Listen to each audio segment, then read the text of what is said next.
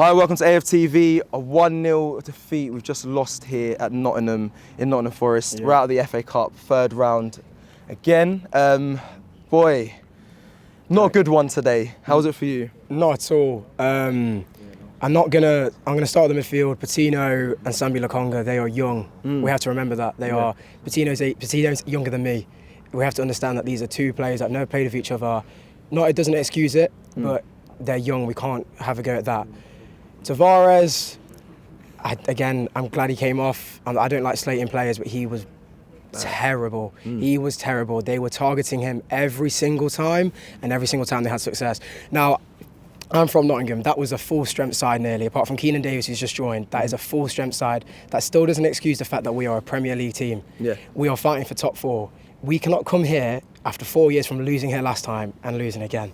Yes, I understand that, people are arguing, there's COVID, there's AFCON, there's injuries, but at the end of the day, we're Arsenal Football Club. We shouldn't be, we should be able to put a team that can at least compete with that. We didn't have a shot on target. We've come, to watch this and expected a result, and we haven't got one. So for me, it just wasn't it today. I don't think anything clicked. Yeah, you worried for the game against Liverpool after watching that performance? Because like you just said there, we Arsenal Football Club. Do you expect us to be able to bounce back off the performance tonight? Well, it's a weird one because obviously it's not going to be a full-strength squad again because of AFCON and injuries, etc. But I would expect Arteta to remind these players of that there's top four, but there's also the fact that we want to go and win everything we can. I didn't think he disrespected the club like James said. I don't think he has disrespected the FA Cup. I think he might have thought it had been a bit easier, but I don't think he's disrespected it. I think for Liverpool, it's the sense of if he goes full strength, he has to hope that no injuries happen for the Spurs game the week after. But I don't think we're going to be going to Liverpool looking as confident as we were before today. And I really think that Arteta now has to go to the drawing board and think, how is he going to get, especially the midfield too, what pairing he's going to go with, how he's going to set them up, and just getting Saka as well. Because to be fair, Saka didn't look good today. And I think a lot of us, obviously, we love Saka, but he was not on it today. He was questioning every single thing he was doing and just didn't put it on his shoulder and go, you know what, I'm just going to take a shot here. Because there was a few opportunities where he was inside the box, he didn't shoot. So I think he's going to have to, Arteta, look at this team now and think how he's setting up for Liverpool.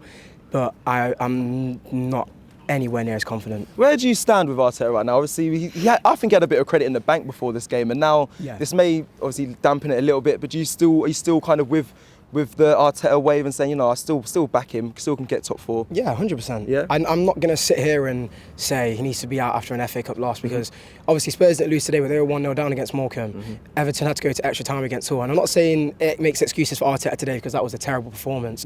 But at the end of the day, there's been moments this season where we've gone to a ground and we've gone, we're not going to win today. And we've put performance in. Obviously, we've not had the easiest times, but there's no need to call for a manager to leave because of one game when he's in a situation where he's a new manager. Obviously, he's been here for 2 years, but he's still in that situation where he's finding himself, and that takes time. That does take time. Now, that doesn't excuse the fact that, we've let Ainsley go and he hasn't brought in any reinforcement, whether that's Bruno Guimaraes or Zakaria.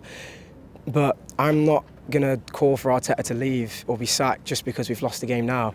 If we lose against Liverpool and then Spurs, it puts it under the cosh, but I'm still not going to sit here and call for him to leave because we've had moments this season when we've looked good and there's a style of play here because the way we press in that 3-2-5 against City, the way no team has done at all this season, no one was calling for his head then and we lost. So the fact that we've lost now with a team that wasn't the best and now everyone's kind of going, is Arteta this, Arteta that, because we don't want to be a club that's sacking a manager every 2-3 years. We're not a Chelsea. We don't want to be sacking a manager who, he's had a few poor results because that's just not how we are as a club. We need to back him. He's been back this summer. He's showing in the Premier League what he can do. Yeah, he didn't do it today, but he's showing in the main competition that we all care about this year in terms of getting top four in Champions League and that funding, that he can do it.